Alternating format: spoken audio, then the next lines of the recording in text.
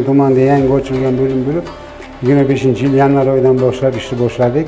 5 ta o'ringa mo'ljallangan innovatsion texnologiya bilan jihozlangan bo'lim.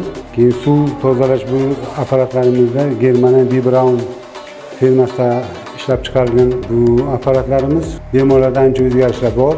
Haftaga 12 soat adekvatniy gemodializ programmali gemodializ seanslarini olib qaytadi.